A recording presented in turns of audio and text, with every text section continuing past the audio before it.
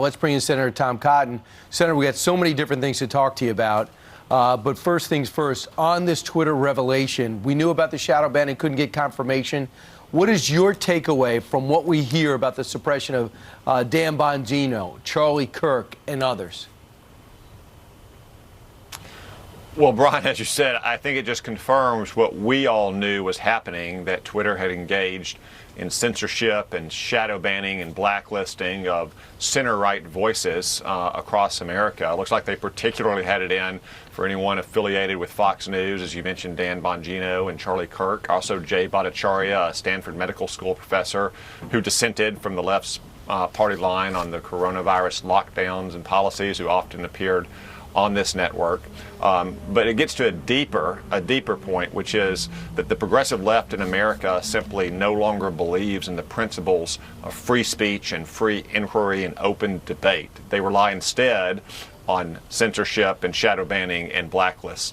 That's very bad for our democracy. It's very bad for the spirit of open debate that any democracy relies on. And I'm very glad that Elon Musk has exposed this. And I just have to say that some of these Twitter executives have testified before that these practices didn't occur. So the new House Republican majority, I think, it just has another line of inquiry for their oversight hearings in a few weeks. You know what gets me? It's like all the doctor said was that lockdowns are harmful for children. We all knew that at the time. We interviewed 1 million parents, and they all said the same thing. My child is not doing as well. Then the test scores prove it when they get back. You talk to any teacher who says the same thing, that the kids are behind. I mean, that's what happens when you keep your kids out of school for a year. But who told them to do that? Exactly. We want to get to the bottom of that. But what he was saying was not so outrageous. Why wasn't that allowed to be said? Second thing, when Jack Dorsey sits in front of Congress and he's under oath and he says he wasn't doing this. Now, he said he wasn't shadow banning, so maybe this is semantics. He might say it's called something else. Visibility filtering. Right. Which is shadow banning. So is he held accountable for that? What happens in that situation?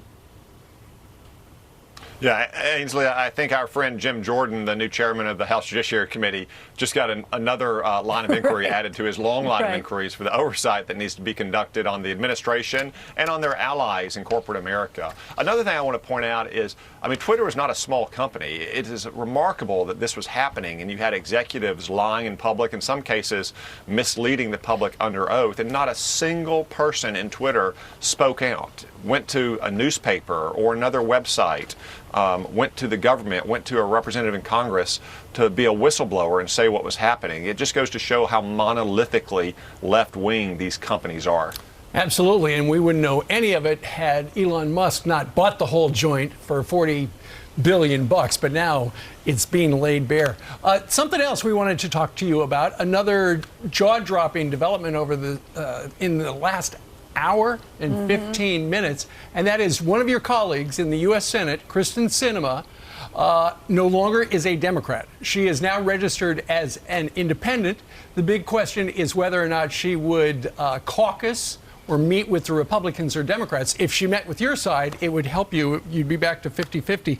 Todd Pergam says that Fox is being told Sinema is expected to maintain her committee assignments through the Democrats, suggesting she will caucus with the Democrats like Senators King and Sanders. So what's your gut tell you this morning about Kirsten Sinema saying so long to the Democratic Party?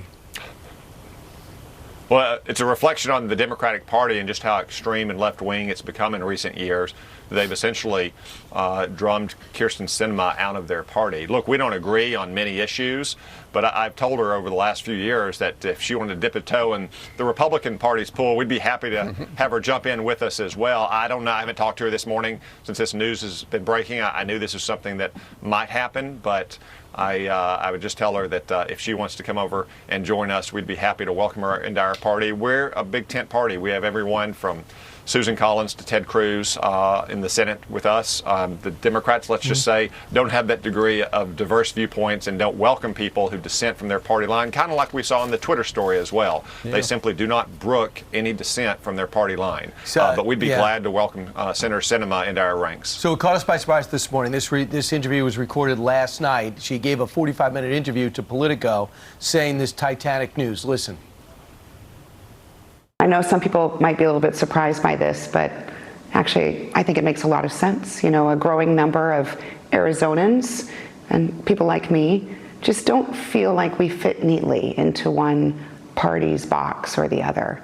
What I think is important about this decision and this move is that I'll be able to show up to work every day as an independent and not be, stuck into one party's demands of following without thinking. Removing myself from the partisan structure, not only is it true to who I am and how I operate, I also think it'll provide a place of belonging for many folks across the state and the country who also are tired of the partisanship. Removing herself from the party structure, but still caucusing with the party. We watched that together for the first time. What's your takeaway? Well, again, it's a reflection on how extreme the Democrats have become, and it's not like Kirsten Sinema is voting against Chuck Schumer's agenda half the time, and she voted for both of their big spending bills, for their gun control bill. She voted to codify or to implement a very radical abortion policy as well. It's just that she won't take certain steps that are too extreme for most Americans, like trying to end the practice of unlimited debate and amendment in the Senate and make it a pure majoritarian body where the majority can roll over the minority and do things like pack the court system, maybe in the Supreme Court, make Washington, D.C. a state, federalize our election law to take over election administration from our states. This is all an example of how Democrats are simply trying to change forever the structure of American politics to their benefit. She put her foot down on that earlier this year and said she wouldn't do it. And I think you've seen examples of punishment and retaliation coming from the Democrats at her. They won't dare do that. I think now. that it's just, again, an example of how extreme they've become. All right, Brittney Griner is home now. She landed in San Antonio, Texas. This is the front cover of the New York Post. I don't know if you can see this if you have a monitor, but it says, "Deal with the devil." People are complaining. We're so glad that she's home, but people are saying that's not a fair trade. This guy is one of the worst criminals in the world. Listen to this. This is Mike Braun's take, who's a former DEA chief of operations. He's talking about how bad this guy is, Victor Bout. Listen. Victor Bout, in my eyes, is one of the most dangerous men on the face of the earth. On the face of the earth. Without a doubt. He transformed these young adolescent warriors into insidious, mindless, maniacally driven killing machines that operated with assembly line efficiency. The U.S. has indicted him on 4 terror-related charges, including conspiracy to kill Americans. What makes him a threat to the United States? He is a shadow facilitator. He's arming not only designated terrorist groups, insurgent groups, but he's also arming very powerful drug trafficking cartels around the globe. Meanwhile, Paul Whelan is still there. Is there any way that we can get him out? Nancy Pelosi said that we had to trade for the WNBA player because Brittney Griner, because we didn't have any other way to get Paul Whelan out too. He said he's in a different position, he's in a different category. They're accusing him of spying over there in Russia. Well, he is in a different position, Ainsley, because he's not been accused of a crime that he committed. You know, rogue regimes like Russia and China and Iran always accuse Americans that they detain unjustly as spying. Whereas Brittney Griner, whatever you think of the charges against her, I mean, did commit those crimes. Now, we welcome anytime we bring back Americans who had been held under unjust terms of confinement or unjust length of sentences, but we should have never traded Victor Bout. I just want to stress how dangerous he is. This is not someone who is selling firearms for street gangs in Moscow. We're talking about anti-aircraft systems, tanks and artillery, missiles and rockets that fueled thousands of deaths, rapes, amputations, torture, dismemberment. And now he's back with Vladimir Putin. Now he's going to help Vladimir Putin get all that stuff. Exactly. And it's not just about his past moral culpability, it's about what he's going to do now. This is not some decrepit 78-year-old man who is dying in confinement. He's only 55 years old.